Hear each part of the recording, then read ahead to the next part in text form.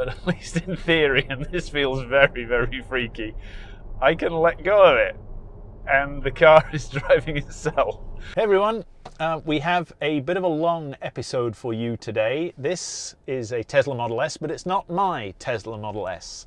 This belongs to a friend of mine, Michael Greco, and this is a P85D that has the traffic sensors in it that allow auto steer to happen. And last night, Tesla pushed the version 7 software down to, looking at the forums, lots of cars, thousands and thousands of cars got the version 7 update last night, and they all now have this new auto steer self-driving capability. So I've spoken to Michael. He's let me loose in his car. We're going to go and do some driving around and see how this thing performs. I am looking forward to it. It's see if it lives up to all the hype that has surrounded this thing for the last 18 months or so now. So again, apologies, this is going to be a long episode. There's lots to cover, so please stick with us and I'll do a wrap up right at the end. It is the morning of Thursday, October 15th, and we are here in White Lightning, which is Mike Greco's P85D, soon to be a P90D, with the ludicrous upgrade. Mike has very kindly let me borrow his car to check out autopilot, the new self-driving capability in the Tesla Model S that was released this morning, version 7 software that we're showing here. So we'll take a few shots of the general cockpit and driving, see how this handles, and then we'll get some close-ups of the software. New redesigned software user interface, new gadgets and widgets, new font, I think, and new non-skeuomorphic interface, which kind of is what Apple did with iOS 7 when they flattened everything. So the basic functionality of the UI looks the same. Everything is in the same place, so that's good. The muscle memory should be okay. No new buttons, but the dash has changed, which you probably can't see on this shot. So we'll do some other shots of the major overhaul that's happened to the dash. Version 7.1 software is coming soon, sometime, which will be an overhaul to this UI. But for the time being, that's pretty much as it was before, and we'll do some close-ups of that a little bit later. But let us get to driving, shall we, Michael? Let's do it. Let's do it. Alrighty. So the basic idea is that Tesla has been gradually adding safety features as the months have gone by, and prior to this release, the biggest ones were what Tesla calls TACC, Traffic Aware Cruise Control, and that will monitor the cars ahead. So instead of sticking your cruise control at a fixed speed, it will adjust it as you get closer to or further away from traffic. But now we have something else entirely, the ability of the car to auto steer. So on the dash in front of me now, the main dash display has changed completely. So the focus now very much is, whereas the center used to be dominated by a speedo, it's now dominated by what the car sees in its surroundings. So it's showing that we're in a 45 mile an hour speed limit, and it's showing that I've pulled up behind a car, reflecting the accurate distance to that car. And then as I drive, road lines are appearing. There's a kind of a road track in front of me, as I'm at the moment, it's just got a grey border. But as I hit the magical 18 miles an hour, suddenly the road lines appear at the right hand side. And as I drive along, it's pretty accurate. It's showing me within the two lines either side of the road, and as if I drift within the lane, it absolutely shows going closer to and further away from those lane markings. It's now highlighting a car on my left hand side. There's a big truck pulling up alongside me. We'll see him go by. There we go, the lanes are locked in. So we won't try the autopilot just here. We'll wait till we get on the freeway. Got a little bit more room around us, and we'll see what happens. Here we are on the Sawgrass Expressway. We are doing 66 miles an hour into traffic.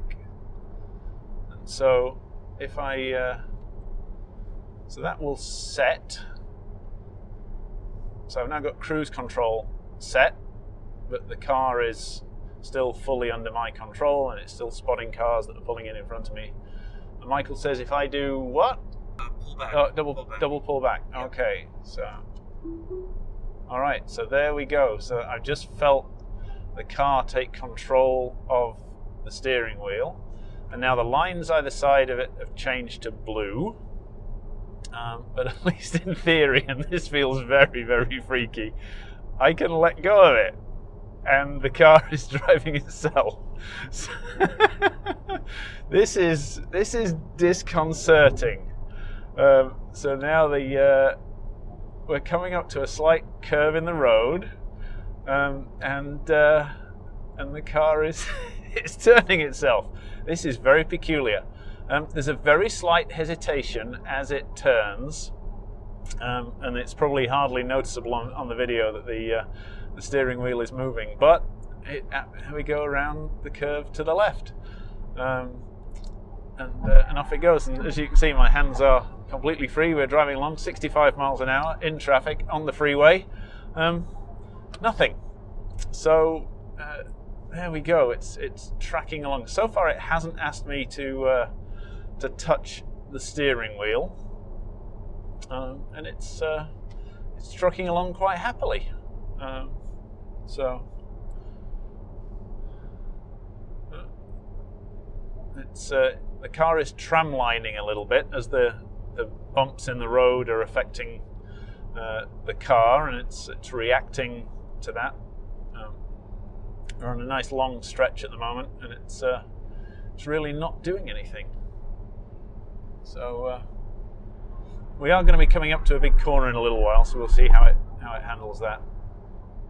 The other thing it should be able to do is move into another lane. So let us just we'll wait for the lane next to us to get clear, and we will indicate. And there it goes. The car switches lanes. We're now in the middle lane. That is very freaky. And there it goes, driving away. And I mean, I can get hold of the wheel and hold onto it, but the car is still in control. So it doesn't automatically disengage when I get hold of it. And I can do all the usual cruise control-y things, I would imagine, like I can accelerate up to 70, which I shouldn't really do in a 65 mile an hour limit. So we'll take that back down to 65 again. And the car just does everything. So there we go. All right, so we're coming up to a pretty big curve. So we will let's pull back into the right lane,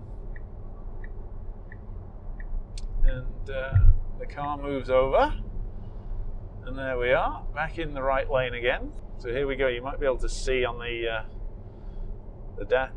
display here, we've got a pretty big corner coming up. So and around we go. Steering wheel. It's asking me to just hold on to the steering wheel just to make sure I'm still awake. There we go.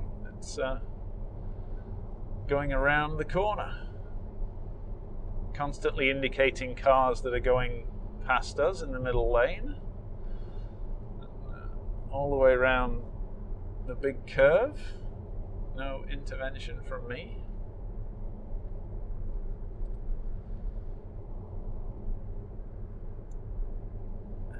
It's actually very relaxing once you kind of get over the initial panic.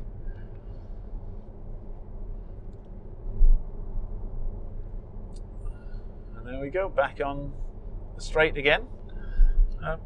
Very uneventful, as one would hope it would be. So we've got a truck pulling in front of us. The Model S has spotted it, adjusted its cruise. I can change the distance to the car in front. Currently we've got it set at just 2 car lengths. I can expand that out. The car will automatically slow down to create some distance to the truck in front of us. And I can close it up again. Little twist on the cruise control stalk, and there we go, cruising along. All right, so initial reactions. Very simple, straightforward. It's very peculiar. You very quickly get used to it, but you do have to pay attention. Obviously, you are still legally in control of the car. It's your responsibility if anything untoward happens. And occasionally the car will ask me to take control of the steering wheel. But other than that, actually, let's. There we go. So I grabbed the steering wheel. I decided to take this exit, and sure enough, as soon as I turned the steering wheel, the car released control, and now I've got full control of the car again. We do still have cruise control turned on, and the truck in front of us is slowing down, and it's slowing the car down. I'm not touching the brake or regen, and with a bit of luck, it's not my car, so I hope it works. With a bit of luck, it will bring us down to a complete halt. 14, 15, 13, 12, 10, 11, 9, 6, 5, 4, 3, 2, 1, 0. All right, we've got a pretty sharp turn coming up now. Apologies for the camera wobbling a little bit. There you go, sharpish turn to the left, and then it's not tracking as centrally within the lane at the moment. Now we're back on the straight, it's tracking nice and smoothly. We're coming up to quite a sharp right-hand bend, and it turns much later than a human would. Yeah, we're really taxing it now. We're in a road that it's probably nobody's ever driven down before. One of the things that the Model S does is it has a GPS that tracks exactly where it is, and as drivers drive, it builds up a map. So certainly it is prone to error in situations like this. I mean, this is pretty extreme. It's we've got dashed lines, we've got turn-offs all over the place, and it is definitely struggling, but it is still incredibly impressive, the amount that it can cope with, given how complex these surroundings are. So now we're back on the straight, so we'll re-enable it. So we've got a solid white line on the right, we've got a dashed white line on the left, we've got all kinds of openings and gaps, and the car's doing a pretty good job. We've got dashed lines on the right again, and you'll see that blue line appearing and disappearing. The blue line on the left is probably about to disappear. Yep, there it goes, and that was a gap in the dashed white line.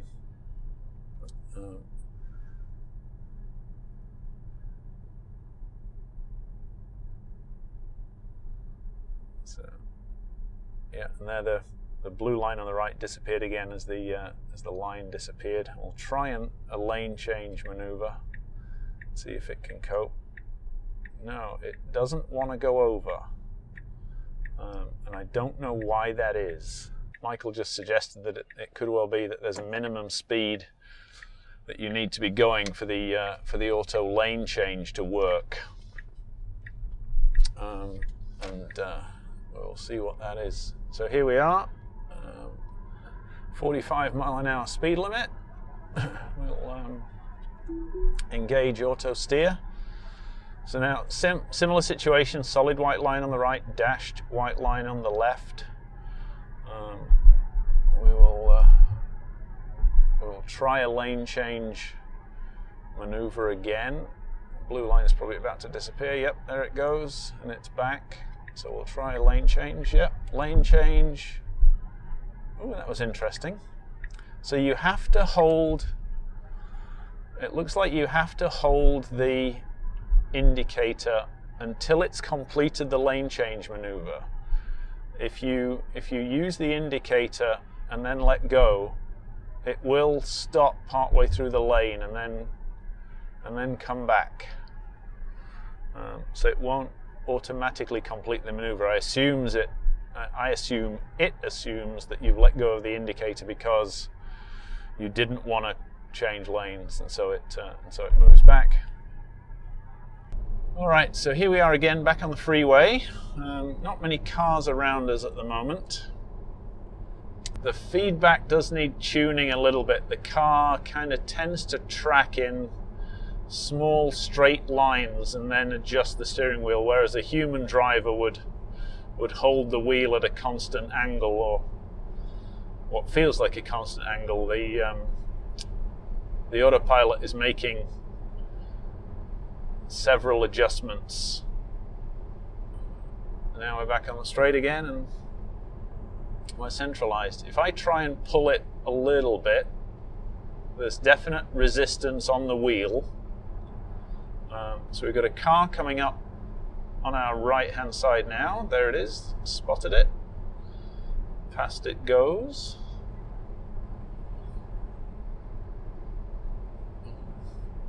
Certainly in driving along the freeway, it's remarkably uneventful, very quickly.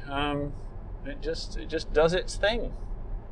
So we've got a feed in from the right hand side, so the right hand markers have just disappeared.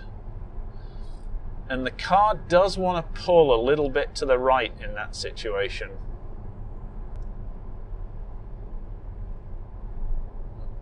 Yeah, certainly whenever the lane markings disappear on the right hand side, the car does want to track to the right. So we've got some cars coming in from the right hand side now. We've got a road on the right. So I'm ready to do something, so we'll see what the Tesla does. We've got a silver Toyota to the right and just ahead of us, but it's in its own lane, so it seems okay. And that lane is going to be disappearing, so it's now moving. It's going to move over in front of us, and there it is, appeared in the view.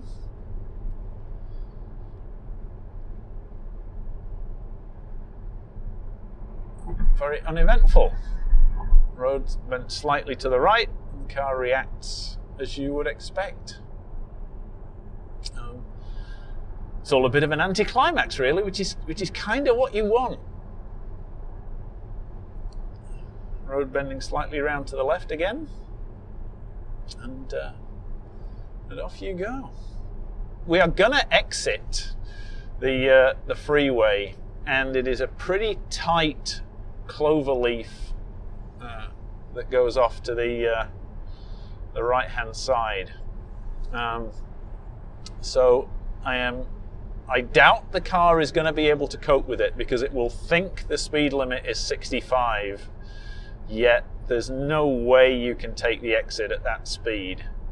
So I'm not quite sure what to do. I think prudence will probably get the better of me, and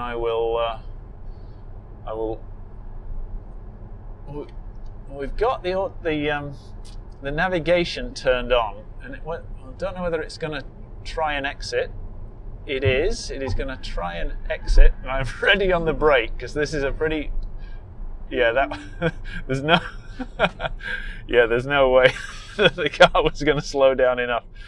There was a 35 mile an hour exit sign, but the car, I think, still thinks we're in a 65 mile an hour zone. So that would have taken us straight down the embankment if I hadn't have grabbed control of that. And now we're coming up to a right turn and a stoplight, and clearly it doesn't know the stoplight is there, so there's no way it would have slowed us down. I think the cameras are probably monitoring the stoplights. The car probably knew there was a red light there. Certainly if you In another edition of News from the Frunk, I'm going to include a link to a presentation that the CEO of Mobileye did. And it's the processing chip from Mobileye that Tesla are using, along with the NVIDIA card, that's handling all the cruise control and the auto steer. That chip is designed to handle all the inputs from the camera and recognize all the surroundings, not just the car that happens to be in front of you. And so my guess, from what we heard at TMC Connect, with Tesla saying that the car is actually monitoring much more than it's making available to the driver, my guess is the car is monitoring the traffic lights, but it's just not reacting to them at the moment. That will come in a future version of the software. So that was it, autopilot. Fascinating, absolutely fascinating. The technology that's behind this is just out of this world. I never thought that we would see this kind of capability in what is essentially a mass market car. Admittedly a luxury car, but still, there's 100,000 of these on the road, and the ability that these have in the current iteration of the software to track and follow those lines is absolutely remarkable. The architecture of the Model S, forget the electric motors, forget the batteries, forget the safety and all those things. Just the fact that we have a software user interface with a permanent 3G or LTE connection that allows the car to process all that data, store all that data, stream it back or batch it back to the Tesla servers in the cloud, for them then to process and send updates back down to the fleet in near real time in some cases, really sets this car apart from anything else that's out there on the market. Quite extraordinary. Driving along, hands off the wheel, letting it just do its thing, initially was bizarrely freaky, but you get used to it incredibly quickly. It can lull you into a little bit of a false sense of security. You just have to be sensible with it. On the freeway, when it's doing its thing, it's absolutely fine. But if you're trying to exit the freeway, then you should be taking control. It's the car is not magic. It doesn't respond to the surroundings in the way that a human would yet. At some point it will, but for the time being, if you are, anything from a minor road up to a multi-lane freeway, the car behaves remarkably well. Just doing its own thing. It will respond to the traffic around it, it will accelerate, it will slow down, it will change lanes when you tell it to, all under just its own control. But if you're in a situation where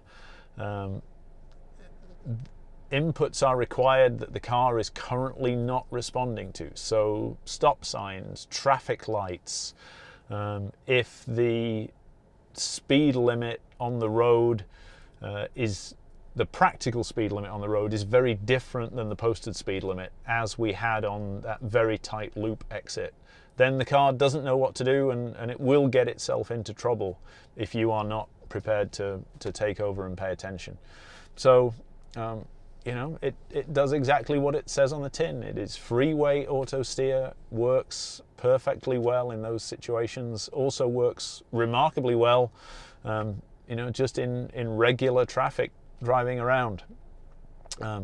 Does hunt a little bit when the road markings aren't clear or in busy situations, but for the first iteration of this thing, I am absolutely blown away by it. I would trust this to go on the freeway and do it very easily. So kudos to Tesla. It is it's truly remarkable.